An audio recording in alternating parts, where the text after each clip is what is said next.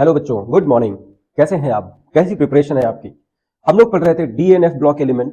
तो DNF block element में जो आज स्टार्ट होने वाला है, मतलब इस वीडियो में, वो कंपाउंड्स के बारे में हम लोग बात करेंगे जो आपके दो कंपाउंड सिलेबस में है। एक है potassium dichromate, formula is K2Cr2O7, and second one is potassium permanganate. बहुत ही इंपॉर्टेंट टॉपिक है। मैं उतना ही बता रहा हूं यहाँ पे जो इक्वेशंस, जो प्रॉपर्टीज आपके एग्जाम में पूछी जाती हैं। तो वीडियो को स्किप मत करिएगा, पूरा देखिएगा, आपके काम की चीजें और आपको फायदा मिलेगा इससे। याद कैसे करोगे रिएक्शंस को? तो रिएक्शन को याद करने का एक ही ट्रिक है कि लिख लिख के याद करिए, मतलब practice should be by writing. ठीक, इक्वेशंस कैसे याद होगी उसका एक ही जुगाड़ है, और ये इनऑर्गेनिक केमिस्ट्री है, तो इसमें आपको बैलेंस्ड केमिकल इक्वेशन लिखनी पड़ेगी। और बैलेंस्ड केमिकल इक्वेशन अगर आप नहीं लिखते हो तो फिर बैलेंसिंग का हाफ मार्क जो है वो डिडक्ट हो जाएगा। तो चलिए स्टार्ट करते हैं। Compound is, first compound is potassium dichromate. Potassium dichromate में सबसे पहले हम लोग पढ़ेंगे मेथड ऑफ प्रिपरेशन, हम इसको बनाते कैसे। तो बनाने के लिए it is prepared from the chromite ore. ध्यान रखिएगा, अगर ये इक्वेशन आती है तो ये कितने मार्क्स में आएगी? It will be of 2 marks. इसमें 3 रिएक्शन है, ठीक है। बनाते हैं कहां से? क्रोमाइटोर से। क्रोमाइटोर का फॉर्मूला होता है FeCr2O4। ठीक, क्या करेंगे? पहले इसको क्रोमाइट ओर को सोडियम क्रोमेट में कन्वर्ट कर लेंगे। कैसे? By the reaction with sodium hydroxide. तो आपने रिएक्शन लिखी, ये क्रोमाइट ओर लिया, क्रोमाइट ओर की सोडियम हाइड्रोक्साइड के साथ में रिएक्शन करा रहे हो इन प्रेजेंस ऑफ ऑक्सीजन। तो जो आयरन क्रोमेट था या क्रोमाइट ओर था वो सोडियम क्रोमेट में कन्वर्ट हो जाएगा। FeCr2O4 changes to Na2CrO4। ये इक्वेशन आपको याद रखनी पड़ेगी, कोशिश करिए balance equation as it is याद कर लीजिए। उसके बाद सेकेंड प्रोसेस क्या है? सोडियम क्रोमेट जो बना है फर्स्ट सिस्टम में, इसको कन्वर्ट कर लेंगे सोडियम डाइक्रोमेट में। तो सोडियम क्रोमेट को सोडियम डाइक्रोमेट में कन्वर्ट करने के लिए हम रिएक्शन कराते हैं इसकी कंसंट्रेटेड सल्फ्यूरिक एसिड के साथ में। तो आपने रिएक्शन लिख दिया Na2CrO4 sodium chromate allowed to react with concentrated H2SO4। क्या बन जाएगा? Na2Cr2O7 बनेगा, मतलब सोडियम डाइक्रोमेट, सोडियम सल्फेट बनेगा और वाटर बनेगा। अब क्या होगा? जो सोडियम डाइक्रोमेट है उसको हम कन्वर्ट कर लेंगे किसमें? पोटेशियम डाइक्रोमेट में by the reaction with KCl। तो सोडियम क्रोमेट लीजिए, Na2CrO4 है सोडियम क्रोमेट, सॉरी हाँ सही लिखा हुआ था, Na2Cr2O7 सोडियम डाइक्रोमेट बन गया। सोडियम डाइक्रोमेट को हमने कन्वर्ट कर लिया किसमें? पोटेशियम डाइक्रोमेट में by the reaction with HCl। ठीक, ये प्रोसेस एज इट इज याद कर लो, 2 मार्क्स में आपके एग्जाम में आने वाली है। अगर ये नहीं आएगी तो पोटेशियम परमैंगनेट की आएगी, method of preparation of potassium permanganate या method of preparation of potassium dichromate. दोनों ही बहुत इंपॉर्टेंट हैं, दोनों ही आते हैं।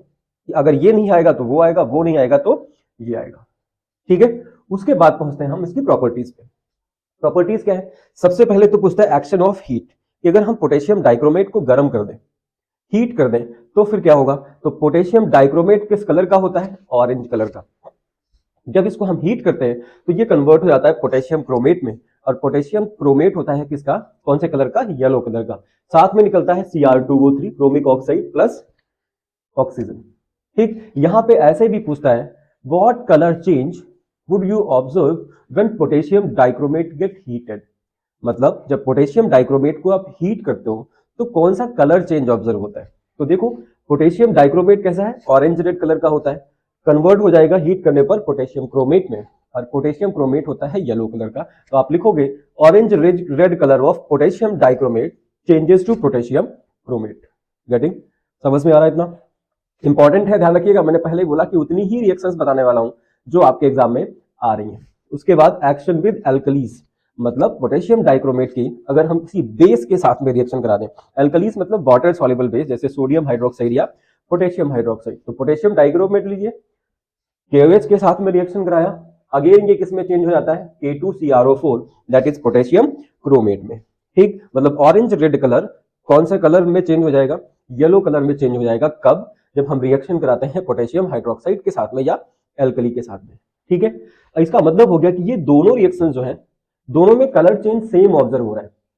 जब हीट करते हो तब भी येलो कलर आपको मिलता है, और जब इसकी हम एल्कली के साथ में रिएक्शन कराते हैं तब भी क्या मिलता है? हमें येलो कलर मिलता है। क्यों? क्योंकि पोटेशियम डाइक्रोमेट पोटेशियम क्रोमेट में कन्वर्ट हो जाता है। उसके बाद oxidising property, most important. Oxidising property क्यों? क्योंकि जो K2Cr2O7 है that is the strong oxidising agent, और स्ट्रॉन्ग ऑक्सीडाइजिंग एजेंट वो किस तरह से काम करता है, मतलब वो रिएक्शन आपको यहाँ पे बतानी है जिससे हमें पता चलता है कि जो पोटेशियम डाइक्रोमेट है वो स्ट्रॉन्ग ऑक्सीडाइजिंग एजेंट है।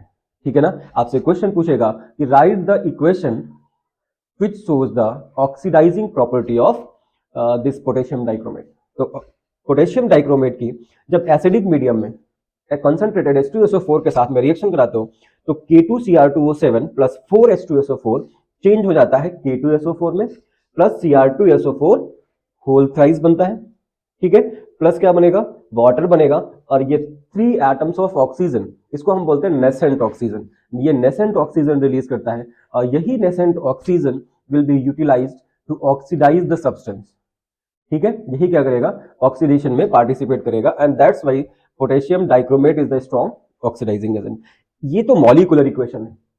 ठीक, इसकी अगर आयनिक इक्वेशन लिखनी है तो हम किस तरह से लिखेंगे, देखो, तो K2Cr2O7 को स्प्लिट कर लीजिए, तो Cr2O7 2 माइनस आयन, आयन लिख दिया हमने, plus 14H plus 6 electron will change to 2Cr3 अब यहां पे इसकी ऑक्सीडेशन नंबर कितनी थी, Cr2O7 2 माइनस 7 2 14, 14 में से 2 गया 12, हाफ कर दोगे तो कितना हो जाएगा, प्लस 6। Cr2O7 2 माइनस में chromium is in plus 6 oxidation state. ठीक, और यहां पे जा रहा है किसमें, प्लस 3 ऑक्सीडेशन स्टेट, इसका मतलब इसने पर एटम 3 इलेक्ट्रॉन्स गेन किया है, तो रिडक्शन हो गया है ना, और जिसका रिडक्शन होता है वो किस तरह से काम करता है, works as a oxidising agent. ठीक, तो ये मॉलिक्यूलर इक्वेशन है, ये आयनिक इक्वेशन है। आपके एग्जाम में जो इसकी प्रॉपर्टीज की जो इक्वेशंस पूछी जाती हैं, जैसे कहेगा आयोडाइड को आयोडीन में कन्वर्ट कर देता है, इक्वेशन लिखिए, या हो सकता है इक्वेशन दे रखी हो हाफ रिएक्शन और हाफ आपसे पूछ रहा हो कंप्लीट द इक्वेशन। ठीक, वहां पे आपसे आयोनिक फॉर्म में ही पूछता है। ठीक, तो प्रैक्टिस करनी पड़ेगी आपको how to write the equation in ionic form, जो कि आगे हम बताने वाले हैं। हम लोग पढ़ रहे हैं ऑक्सीडाइजिंग प्रॉपर्टी ऑफ K2Cr2O7। ये 4 रिएक्शंस मैंने लिखी है आपके लिए, और 4 में से ही आपके एग्जाम में आने वाली है, इसके बाहर से कोई भी इक्वेशन आपसे नहीं पूछी जाएगी। पहला क्या है, it oxidises ferrous salt to ferric salt. तो फेरस सॉल्ट मतलब फेरस सल्फेट की जब हम रिएक्शन कराते हैं पोटेशियम डाइक्रोमेट के साथ में एसिडिक मीडियम में, तो बनता है K2SO4 प्लस बन जाता है Cr2SO4 होल थ्राइस, प्लस बनता है 3Fe2SO4 होल थ्राइस। देखो आयरन यहाँ पे +2 ऑक्सीडेशन स्टेट में है, मतलब फेरस फॉर्म में है, और यहाँ पे ये किसमें कन्वर्ट हो गया, Fe3+ की फॉर्म में कन्वर्ट हो गया। किसकी प्रेजेंस में, किसने ऐसा किया, K2Cr2O7 में। यही आपसे पूछेगा कि write the equation of conversion of ferrous salt to ferric salt, या आपसे सिंपली दे देगा कि पोटेशियम डाइक्रोमेट के साथ में फेरस आयन फेरिक आयन में कैसे कन्वर्ट होता है, उसकी इक्वेशन लिखिए। मैं भी क्वेश्चंस आपको बताने वाला हूं इसके बाद कि पोटेशियम डाइक्रोमेट से जो क्वेश्चन आएगा वो किस तरह से पूछा जाएगा। ठीक है, अब ये मॉलिक्यूलर इक्वेशन लिख दी आपने, इसको आयोनिक फॉर्म में कन्वर्ट कर लीजिए, तो Cr2O7 2 माइनस 7H2SO4 था तो 14H प्लस 6FeSO4 था तो 6Fe2 प्लस, ऑक्सीडेशन स्टेट लिख दी मैंने यहाँ पे, फिर 2Cr3 प्लस में कन्वर्ट हो गया, 6Fe जो है 3 प्लस में कन्वर्ट हो गया, और 7H2O बना। एज इट इज आपको बैलेंस इक्वेशन लिखनी पड़ेगी, याद होनी चाहिए आपको।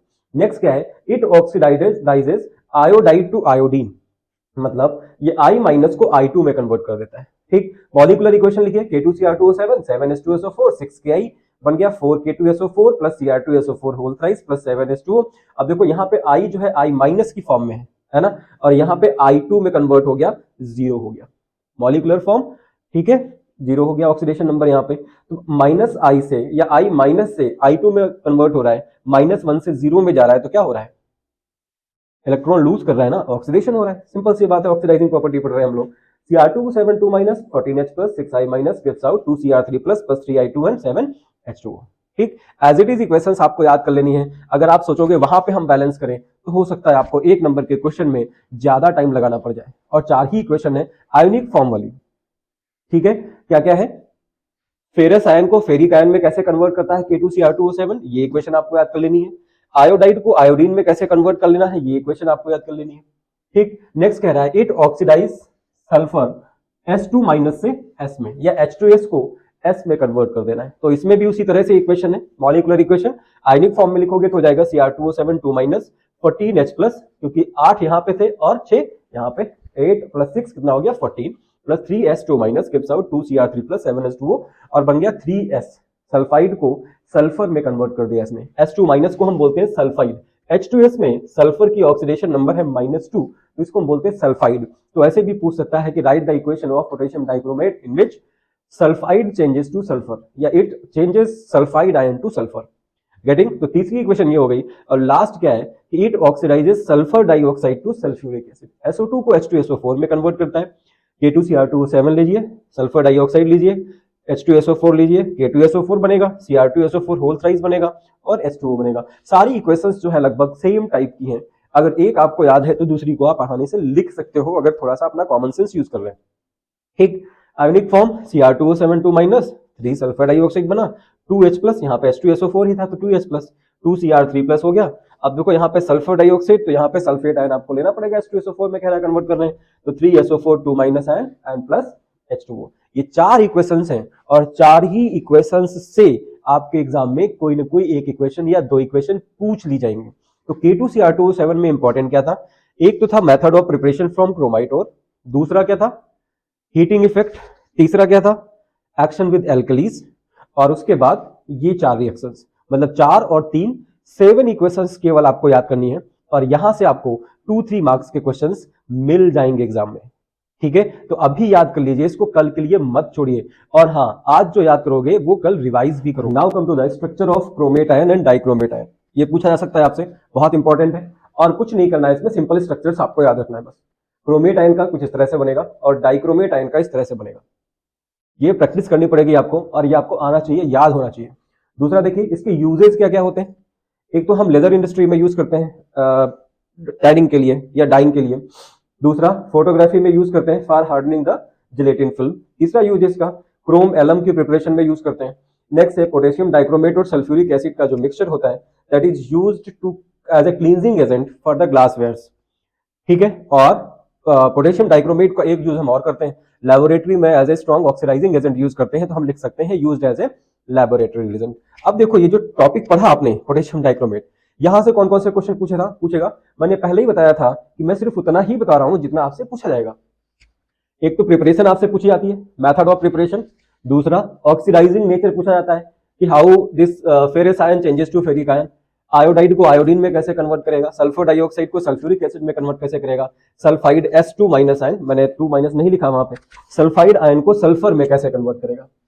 ठीक है, तो ये करता क्यों है? क्योंकि आपको पता है कि ये क्रोमियम जो है +6 ऑक्सीडेशन स्टेट से कहां मूव कर जाता है? +3 ऑक्सीडेशन स्टेट में मूव कर जाता है, क्योंकि +3 oxidation state of chromium is more stable as compare to the +6 oxidation state. ठीक, दूसरा आपसे पूछेगा कि पोटेशियम डाइक्रोमेट एक स्ट्रॉन्ग ऑक्सीडाइजिंग एजेंट क्यों है, तो यही आंसर हो जाएगा कि +6 से +3 में कन्वर्ट होता है, एंड +3 जो है इज मोर स्टेबल, या तो बोले इसका रिडक्शन पोटेंशियल की वजह से।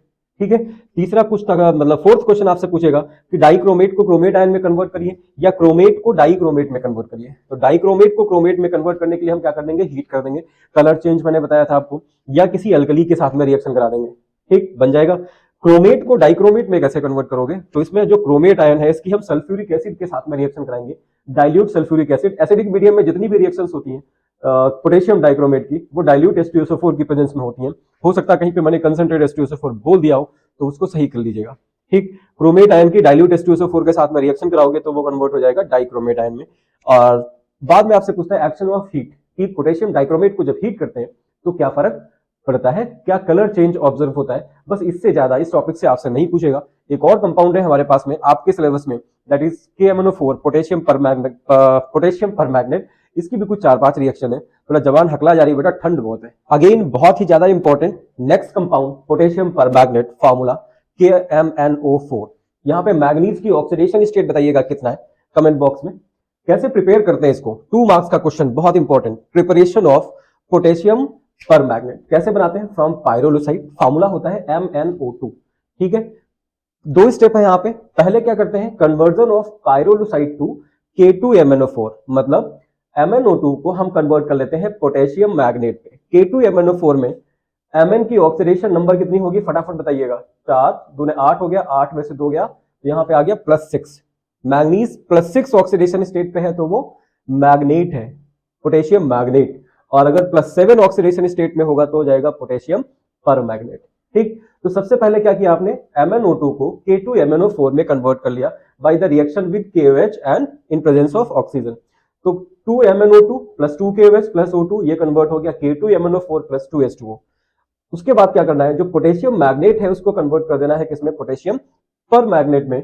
तो यहां पे हम क्या करते हैं, पोटेशियम मैग्नेट की में कार्बन डाइऑक्साइड की बबलिंग कर देते हैं, कार्बन डाइऑक्साइड पास करते हैं, तो ये पोटेशियम पर मैग्नेट में कन्वर्ट होता है, प्लस MnO2 प्रेसिपिटेट कर जाता है और K2CO3 बन जाता है। या अगर हम ये कार्बन डाइऑक्साइड बबल नहीं करते तो हम रिएक्शन करा देते हैं क्लोरीन के साथ में। तो 2K2MnO4 plus Cl2 gives out 2KMnO4 plus 2KCl। ये रिएक्शन होती है यहाँ पे। मैं बार बार कह रहा हूं, बहुत इंपॉर्टेंट है, छूटना नहीं चाहिए। दो मेथड आपने पढ़े हैं, एक तो पोटेशियम परमैग्नेट का प्रिपरेशन मेथड और दूसरा पोटेशियम डाइक्रोमेट का। दोनों में से कोई ना कोई एक टपक पड़ेगा आपके एग्जाम में, तो याद कर लीजिएगा। ये 2 नंबर है आपके, 2 इक्वेशंस, ये कम है, 2 मार्क्स ज्यादा है, ठीक है। उसके बाद देखो इसकी प्रॉपर्टीज पे आते हैं। तो प्रॉपर्टीज में फर्स्ट है action of heat, potassium dichromate में भी पढ़ा था हमने। तो यहां पे जब हम हीट करेंगे पोटेशियम परमैग्नेट को, तो वो कन्वर्ट हो जाएगा किसमें, पोटेशियम मैग्नेट में। KMnO4 को 745 केल्विन पर जब हीट करते हैं तो ये पोटेशियम मैग्नेट में कन्वर्ट हो जाता है K2MnO4 plus MnO2 plus O2।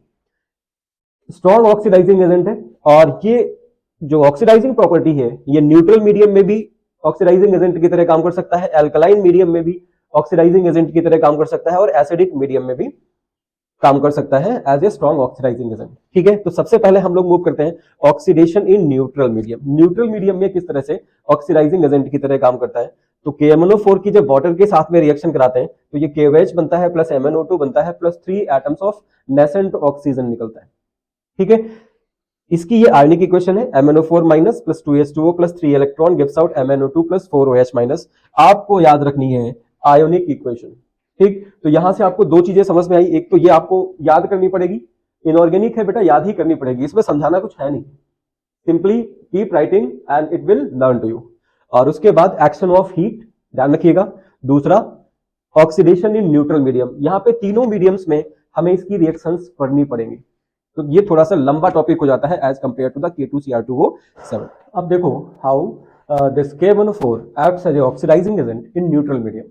तो ये जो इक्वेशंस हैं, 3 इक्वेशंस यहाँ पे पढ़नी है आपको, और 3 की तीनों लर्न होनी चाहिए। इसमें से सबसे ज्यादा इंपॉर्टेंट है ये, H2S को S में कन्वर्ट करता है न्यूट्रल मीडियम में। तो KMnO4 allowed to react with H2S, तो क्या बनेगा कि potassium hydroxide plus MnO2 and water and this sulphide will change two sulphur, मतलब H2S जो है वो S में कन्वर्ट हो जाएगा। लिख लीजिए इक्वेशन, याद करनी पड़ेगी आपको। आयनिक फॉर्म में जो इक्वेशन है वो किस तरह से होगी, 2MnO4 minus plus 3H2S gives out 2OH minus plus 2MnO2 plus 2H2O plus 3S। ध्यान रखिएगा as it is equation learn करनी पड़ेगी आपको, क्यों, क्योंकि आपको बैलेंस्ड केमिकल इक्वेशन लिखनी है। दूसरा क्या है, इट ऑक्सीडाइजेज मैग्नीज सल्फेट, यहाँ पे Mn प्लस 2 ऑक्सीडेशन स्टेट में प्रेजेंट है, टू MnO2 मैग्नीज डाइऑक्साइड, और यहाँ पे मैग्नीज जो होगा वो प्लस 4 ऑक्सीडेशन स्टेट में प्रेजेंट होगा। मतलब Mn को प्लस 2 से प्लस 4 में कन्वर्ट करने के लिए हमें लगाना पड़ेगा KMnO4। MnSO4 plus 2H2O will change to K2SO4 plus 5MnO2 plus 2H2SO4। Ionic equation देखिए, 2MnO4 minus plus 3Mn2 plus gives out 2H2O बना था, सॉरी यहाँ पे यूज हुआ है 2H2O, गिव्स आउट 5MnO2 बनेगा एंड 4H प्लस H2SO4 से आपने 4H प्लस ली। This is the ionic form of conversion of MnSO4 to MnO2। और लास्ट रिएक्शन है, it oxidises sodium thiosulphate to sodium sulphate. Sodium thiosulphate का formula होता है Na2H2O3, जो आपको याद रहना चाहिए, और सोडियम सल्फेट तो पता ही होगा Na2SO4। तो पोटेशियम परमैग्नेट aqueous मीडियम में सोडियम थायोसल्फेट के साथ में रिएक्शन करता है और इसको कन्वर्ट करता है किसमें, सोडियम सल्फेट में। आयोनिक फॉर्म में इक्वेशन लिखोगे तो हो जाएगा 2MnO4 minus plus H2O plus 3H2O3 2 minus, this is thiosulphate ion, gives out 2OH minus plus 2MnO2 plus 3 sulphate ion, ये Na2SO4 से लिया गया, 3SO4 2 minus and plus 3S। तो इस तरह से ये तीनों इक्वेशंस आपको याद होनी चाहिए, क्योंकि ये तीनों इक्वेशन में से कोई भी इक्वेशन आपसे पूछी जा सकती है। देखिए कुछ अदर प्रॉपर्टीज ऑफ KMnO4।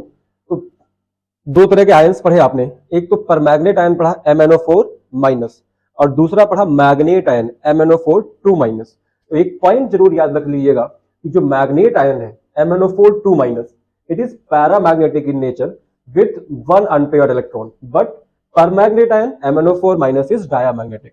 मतलब ये हो गया कि जो मैग्नेट आयन है वो पैरामैग्नेटिक है, और जो परमैग्नेट आयन है दैट इज ऑफ डायामैग्नेटिक, क्योंकि परमैग्नेट आयन के पास कोई भी अनपेयर्ड इलेक्ट्रॉन प्रेजेंट नहीं होता है। अब देखो oxidation in acidic medium MnO4 या KMnO4 एसिडिक मीडियम में किस तरह से काम करेगा। तो KMnO4 के जब H2SO4 के साथ में रिएक्शन कराओगे तो K2SO4 बनाएगा, MnSO4 बनाएगा प्लस वाटर बनाएगा and with the release of nascent oxygen. ठीक, इसकी आयनिक इक्वेशन ये हो जाएगी MnO4 minus plus 8H plus plus 5 electron gives out Mn2 plus plus 4H2O। ये इक्वेशन आपको याद रखनी पड़ेगी कि how KMnO4 works in acidic medium. ये इक्वेशन है, इस तरह से आपको बताना पड़ेगा कि KMnO4 एसिडिक मीडियम में इस तरह से काम करता है, न्यूट्रल मीडियम और अल्कलाइन मीडियम में आप पहले देख चुके हैं। अब देखो इसकी कुछ प्रॉपर्टीज, पहला क्या है, it oxidises ferrous salt to ferric salt. Acidic medium में KMnO4 फेरस को फेरिक में कन्वर्ट कर देता है। डायरेक्टली मैंने आयनिक इक्वेशन लिखी है इस बार, क्योंकि मॉलिक्यूलर रिएक्शन आपको याद करने से कोई फायदा नहीं है, वो आएगी नहीं, आएगी आयोनिक फॉर्म में। तो आयोनिक फॉर्म में याद करिए क्या हो जाएगा, 2MnO4 minus plus 16H plus plus 10Fe2 plus, ये Fe2 प्लस फेरस आयन है, चेंज हो जाएगा Mn2 plus plus 8H2O plus 10Fe3 plus. Getting, ferrous से किस में कन्वर्ट हो रहा है, फेरिक में कन्वर्ट हो रहा है। नेक्स्ट है it oxidises oxalic acid into carbon dioxide and water. Most important, यही क्वेश्चन पिछली बार पूछी गई थी। तो MnO4 minus plus 16H plus plus 5 C2O4 minus, C2O4 minus is the oxalate ion. Oxalic acid होता है C2H2O4, हाइड्रोजन 2H प्लस की form में बाहर कर दोगे तो हो जाएगा C2O4 minus will change to Mn2 plus plus 8H2O and plus 10CO2। As it is equation आपको लर्न करनी पड़ेगी, as it is, there should not be any change. अगर एक भी एटम आपने इधर से उधर कर दिया तो ये डिसबैलेंस हो जाएगी, मतलब सॉरी अनबैलेंस्ड हो जाएगी, और अनबैलेंस्ड होने का मतलब है कि एक नंबर की इक्वेशन अगर हाफ मार्क कट गया सारा कुछ लिखने के बावजूद तो कोई मतलब नहीं है। अब देखो एसिडिफाइड या acidic KMnO4 is used to estimate Fe2 plus ion and oxalate ion. आगे देखिए KMnO4, ये बहुत इंपॉर्टेंट पॉइंट है, मैंने पहले ही बोला था कि KMnO4 और K2Cr2O7 में बेटर कौन सा है। तो acidified KMnO4 is better reagent than the K2Cr2O7। क्यों? क्योंकि KMnO4 जब हम यूज करते हैं तो हमें इंडिकेटर अलग से नहीं लगाना पड़ता है, KMnO4 acts as a self indicator. ठीक, बट K2Cr2 अगर हम यूज करेंगे तो हमें पोटेशियम फेरोसाइनाइड K4FeCl6 यूज करना पड़ता है एज ए इंडिकेटर। ठीक, तो ये चीज आपको समझ में आ गई कि KMnO4 बेटर रीजेंट क्यों है for the estimation of Fe2 plus ions and the oxalate ion, क्योंकि ये किस तरह से काम करता है, एसिडिफाइड KMnO4 सेल्फ इंडिकेटर की तरह काम करता है। Properties, it oxidises H2S to S, मतलब जिस तरह से K2Cr2O7 में हम रिएक्शंस पढ़ रहे थे उसी तरह से मुझे KMnO4 में भी पढ़ना है कि कौन कौन से सब्सटेंस को ये किस फॉर्म में ऑक्सीडाइज कर सकता है। तो जब H2S को S में कन्वर्ट करेगा तो इक्वेशन हो जाएगी आपके पास में 2MnO4 minus plus 16H plus plus 5S2 minus gives out 2Mn2 plus plus 8H2O and plus 5S। Next it oxidises sulphur dioxide to sulphuric acid, उसी तरह से रिएक्शन होगी Mn2MnO4 minus 5SO2 2H2O gives out 5SO4 minus 2Mn2 plus and 4H plus. उसके बाद it oxidises potassium iodide to iodine, same उसी तरह से reaction है, एज इट इज आपको लर्न करनी पड़ेगी जैसे कि बोर्ड पे लिखी हुई है, क्योंकि इसी तरह से आपकी कॉपी पे भी एनसीईआरटी में आपकी कॉपी पे भी लिखी होगी।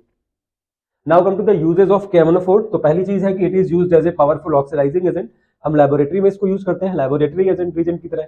It is used to disinfect water, ponds में या टैंक्स में जो वाटर है उसको डिसइंफेक्ट करने के लिए भी हम KMnO4 का यूज करते हैं।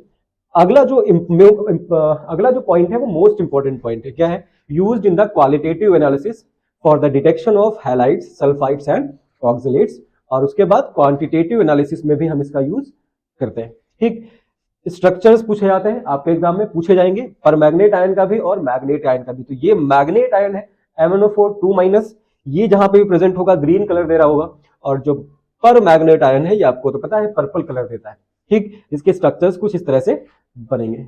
इसके बाद हम लोग मूव करते हैं फटाफट F ब्लॉक एलिमेंट्स को खत्म करते हैं और फिर आपके लिए लेके आते हैं क्वेश्चन सीरीज कि यहां से इंपॉर्टेंट क्वेश्चंस कौन कौन से बनते हैं, किस तरह से पूछे जाते हैं। तो हम लोग कोशिश करेंगे एनसीईआरटी के बेसिस पे, क्योंकि आपका जो एग्जाम होता है वो एनसीईआरटी के बेसिस पे ही आता है, तो उसी से क्वेश्चंस उठाएंगे सबसे पहले, और फिर कुछ पीवाईक्यू क्वेश्चंस, क्योंकि एनसीईआरटी में जितने भी क्वेश्चंस हैं आप ऐसे कर सकते हो कि वो प्रीवियस ईयर्स क्वेश्चंस ही हैं, वहां से एक भी क्वेश्चन छूटना नहीं चाहिए। तो सबसे पहले मूव करेंगे इंडेक्स क्वेश्चंस पे, आपको समझाएंगे किस तरह से कौन सा क्वेश्चन सॉल्व होगा, और उसके बाद कुछ अलग क्वेश्चंस भी देंगे जो कि बहुत इंपॉर्टेंट हो सकते हैं आपके बोर्ड एग्जाम के लिए। ठीक है, तो जुड़े रहिएगा, सब्सक्राइब करते रहिएगा, शेयर करते रहिएगा और कोशिश करें पूरा वीडियो देखने की। Come to the F block element. F block element मतलब ऐसे एलिमेंट्स जिनका इलेक्ट्रॉनिक कॉन्फ़िगरेशन करने पर जो इलेक्ट्रॉन है वो कौन से सेल में जाता है, एफ सेल में जाता है, या बोले तो n-2 f सेल में जाता है। तो filling of electrons takes place in n-2 f shell. General electronic configuration याद कर लीजिएगा क्या होगा, n-2 f1 to 14 n-1 d0 to 1, और s सेल में कितने इलेक्ट्रॉन होंगे, 2 इलेक्ट्रॉन होंगे। एफ ब्लॉक एलिमेंट को हम 2 पार्ट्स में डिवाइड कर लेते हैं, one is the lanthanoid and second one is the actinoid. Lanthanoid को हम पहले बोलते थे रेयर अर्थ मेटल्स, क्योंकि इनकी एग्जिस्टेंस बहुत कम थी। ठीक, इनका जब हम इलेक्ट्रॉनिक कॉन्फ़िगरेशन करते हैं तो इलेक्ट्रॉन किस में जाता है, 4f सब सेल में जाता है। ये होते हैं 14 एलिमेंट्स है फ्रॉम एटॉमिक नंबर 58 to 71, उनको हम बोलते हैं लैंथेनॉइड्स। लेकिन लैंथेनम जो है वो एक्चुअली डी ब्लॉक एलिमेंट है। ठीक, lanthanum is actually A D block element. अब चूंकि ये सीरीज जो है वो लैंथेनम्स के शुरू होती है, तो लैंथेनम को भी हम यहाँ पे ऐड कर लेते हैं। ठीक है, तो टोटल एलिमेंट्स हो जाएंगे 15। बट जो लैंथेनम है it is not the F block element, it is placed with the lanthanoids, या it is placed with the F block elements because of some similarities in the properties. ठीक, दूसरे हो गए आपके एक्टिनॉइड्स। एक्टिनॉइड्स क्या होते हैं, 90 से 103 तक के जो एलिमेंट्स है वो एक्टिनॉइड है। बट यहाँ पे भी हम एक्टिनियम को ऐड करते हैं इनके साथ में, मतलब यहां से हो जाएगा 89 से 103, तो 15 15 30 हो गए, होते कितने हैं 28। दो जो है कौन कौन से, lanthanoid, lanthanum and actinium, they are the D block elements. ध्यान रखिएगा वो डी ब्लॉक एलिमेंट्स हैं, उनको हम यहाँ पर रखते इसलिए हैं क्योंकि इनकी प्रॉपर्टीज, कुछ प्रॉपर्टीज लैंथेनॉइड और एक्टिनॉइड से मैच करती हैं। और दूसरी चीज ये है कि जो सीरीज स्टार्ट होती है लैंथेनॉइड वो लैंथेनम से स्टार्ट होती है, इसी तरह से जो एक्टिनॉइड सीरीज स्टार्ट होती है वो एक्टिनियम से स्टार्ट होती है, इसलिए इनको हम प्लेस करते हैं। आ जाइए, लैंथेनॉइड कहां से, 57। देखो मैंने इसको इसमें बॉक्स में रखा है क्योंकि ये डी ब्लॉक एलिमेंट है, but it is placed lanthanum, फिर C P R N D P M S M E U G D T B डाइहो अरे तुम अवलो, सी पर नदी P M S M T B डाइहो अरे तुम अवलो। इस तरह से हमने याद किया था जब हम क्लास 12th में थे। आपने अपनी कुछ बनाई होगी उसके हिसाब से याद करिए, या तो ऐसे ही लर्न कर लीजिए, सी पर नदी पी एम एस एम अवगर टी बी डाइहो अरे तुम अवलो। ठीक है, 58 से 71 तक के जो एलिमेंट्स है they are the lanthanoids. Lanthanoid का जनरल इलेक्ट्रॉनिक कॉन्फ़िगरेशन क्या हो जाएगा, 4f1 to 14 5d0 to 1 and 6s2। ये स्पेसिफिक है लैंथेनॉइड्स के लिए। General electronic configuration for complete F block ये है, और 4f के लिए ये हो जाएगा, या लैंथेनॉइड्स के लिए ये हो जाएगा।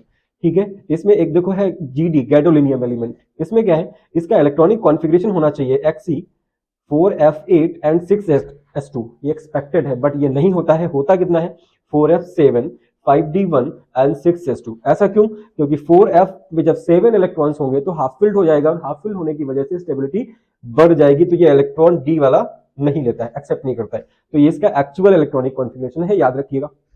दूसरा देखिए, ऑक्सीडेशन स्टेट्स पे आते हैं। तो जो लैंथेनॉइड्स हैं वो जनरल या बोले तो कॉमन ऑक्सीडेशन स्टेट कौन सी शो करते हैं, +3। आपसे क्वेश्चन पूछेगा कि why lanthanoids have tendency to show +3 as a common oxidation state. तो रीजन क्या होता है कि जो फर्स्ट 3 आयनाइजेशन एंथैल्पीज हैं, आयनाइजेशन एंथैल्पीज आपको पता है, तो फर्स्ट 3 मतलब फर्स्ट, सेकंड और थर्ड आयनाइजेशन एंथैल्पीज जो है ये बहुत कम होती है। First, second and third ionisation enthalpies बहुत कम होती हैं, and that's why they can lose 3 electrons easily, तो वो +3 ऑक्सीडेशन स्टेट शो करते हैं। बट कुछ एलिमेंट्स जो है +2 भी शो करते हैं और +4 भी ऑक्सीडेशन स्टेट शो करते हैं, but they are these oxidation states are less stable. Common कौन सी है, +3 ऑक्सीडेशन स्टेट, ध्यान रखिएगा, 1 मार्क क्वेश्चन है।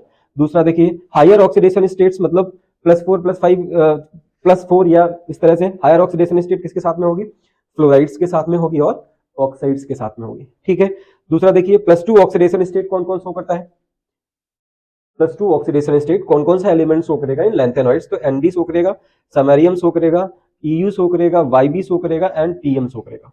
और +4 oxidation states will be by cerium, praseodymium, TB and DY. ठीक है, तो ये कुछ कॉमन ऑक्सीडेशन लैंथेनॉइड्स जो हैं +3 कॉमन ऑक्सीडेशन स्टेट शो करते हैं, रीजन आपको पता है। अब देखो कुछ मैंने एग्जांपल दिया आपको जिसमें लैंथेनॉइड +4 ऑक्सीडेशन स्टेट भी शो कर रहे थे, और +4 ऑक्सीडेशन शो करेंगे with the fluorides and with the oxides because of high electronegativity. और कुछ जो थे लैंथेनॉइड्स दे वर शोइंग +2 ऑक्सीडेशन स्टेट 2। और आपको पता है +3 जो है most common and most stable oxidation state है लैंथेनॉइड्स की। ठीक, तो आप एक पॉइंट यहां पर याद रखो कि ऐसे लैंथेनॉइड्स जो +4 ऑक्सीडेशन स्टेट शो कर रहे थे किस तरह से काम करेंगे, स्ट्रॉन्ग ऑक्सीडाइजिंग एजेंट की तरह काम करेंगे, या बोले तो स्ट्रॉन्ग हटा दो, ऑक्सीडाइजिंग एजेंट की तरह काम करेंगे।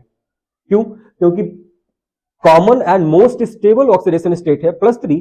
अगर ये किसी कंडीशन में +4 शो कर रहा होगा तो इसकी टेंडेंसी क्या होगी कि +4 से किस में चला जाए, +3 में चला जाए। Ln4+ will change to Ln3+ by the gain of 1 electron. और इस गेन ऑफ इलेक्ट्रॉन क्या होता है, रिडक्शन। और अगर रिडक्शन हो रहा है तो किस तरह से काम करेगा, ऑक्सीडाइजिंग एजेंट की तरह काम करेगा। तो एक पॉइंट आपको याद रखना है कि लैंथेनम अगर लैंथेनॉइड्स अगर +4 ऑक्सीडेशन स्टेट में है तो वो ऑक्सीडाइजिंग एजेंट की तरह काम करेंगे। क्यों? क्योंकि उनकी टेंडेंसी क्या है, 4 से किस में जाएंगे, +3 में जाएंगे। जैसे एग्जांपल है कि Ce4+ is a good oxidising agent. आपसे पूछेगा what is the reason behind, तो आप लिखोगे कि Ce4+ will change to Ce3+ या prefer to change to Ce3+ because Ce3+ is more stable than that of Ce4+। That's why Ce4+ acts as a good oxidizing agent। दूसरा point ध्यान रखो कि lanthanoids अगर +2 ऑक्सीडेशन स्टेट पे हैं तो ये स्ट्रॉन्ग रिड्यूसिंग एजेंट की तरह काम करेंगे, या बोले तो गुड रिड्यूसिंग एजेंट की तरह काम करेंगे। ऐसा क्यों? क्योंकि लैंथेनॉइड +2 ऑक्सीडेशन स्टेट से मूव करेंगे किसमें, +3 ऑक्सीडेशन स्टेट पे मूव करेंगे। क्योंकि +3 most common and most stable oxidation state है। उसका रीजन मैं आपको पहले बता चुका हूं। अब ये इलेक्ट्रॉन लूज कर रहा है तो ऑक्सीडेशन हो रहा है, और जब इलेक्ट्रॉन लूज करेगा तो ऑक्सीडेशन होगा, और ऑक्सीडेशन होगा तो किस तरह से काम करेगा, रिड्यूसिंग एजेंट की तरह काम करेगा। अब देखो जैसे यहाँ पे कुछ एग्जांपल है, Sm2+, Eu2+, Yb2+, ये किस तरह से काम कर रहे हैं, गुड रिड्यूसिंग एजेंट की तरह काम कर रहे हैं। क्यों? क्योंकि उनकी टेंडेंसी है मूव करना है फ्रॉम +2 टू +3। ठीक। दूसरा देखो लेंथ, अगर हम ऑक्सीडेशन स्टेट्स को कंपेयर करें लैंथेनॉइड्स की और डी ब्लॉक एलिमेंट्स की या ट्रांजिशन मेटल्स की, तो डी ट्रांजिशन मेटल्स जो थे वो मोर मतलब डिफरेंट ऑक्सीडेशन स्टेट शो कर रहे थे, या ज्यादा वेरिएबल ऑक्सीडेशन स्टेट शो कर रहे थे as compare to the lanthanoid. भाई लैंथेनॉइड की कॉमन +3 है, कुछ एलिमेंट्स +2 शो करते हैं, कुछ एलिमेंट +4 भी शो करते हैं। और डी ब्लॉक एलिमेंट में या ट्रांजिशन मेटल में क्या था, +1 से लेकर के +7 तक शो कर रहे थे। तो वहां पे जो वेरिएशन था वो बहुत ज्यादा था। आपसे क्वेश्चन पूछ लेगा मोस्ट इंपॉर्टेंट कि lanthanoids, why lanthanoids do not show as many oxidation states as transition metal. 1 number का क्वेश्चन है, ध्यान रखिएगा। रीजन क्या है? क्योंकि जो डी ब्लॉक एलिमेंट्स थे या जो ट्रांजिशन मेटल्स थे उसमें इलेक्ट्रॉन निकलता था N-1 डी सेल से। तो N-1 डी सेल से इलेक्ट्रॉन को निकलना या इलेक्ट्रॉन को बॉन्ड की फॉर्मेशन में पार्टिसिपेट करना will be easier as compare to the electron from N-2 F cell.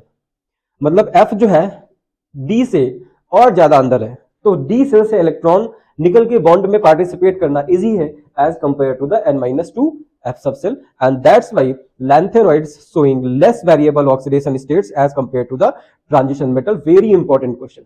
दूसरा देखिए लैंथेनॉइड कॉन्ट्रैक्शन, मच इंपॉर्टेंट, जितना कहो उतना कम है इसके लिए। लैंथेनॉइड कॉन्ट्रैक्शन और एक्टिनॉइड कॉन्ट्रैक्शन, 2 कॉन्ट्रैक्शन है, एक आना है पक्का।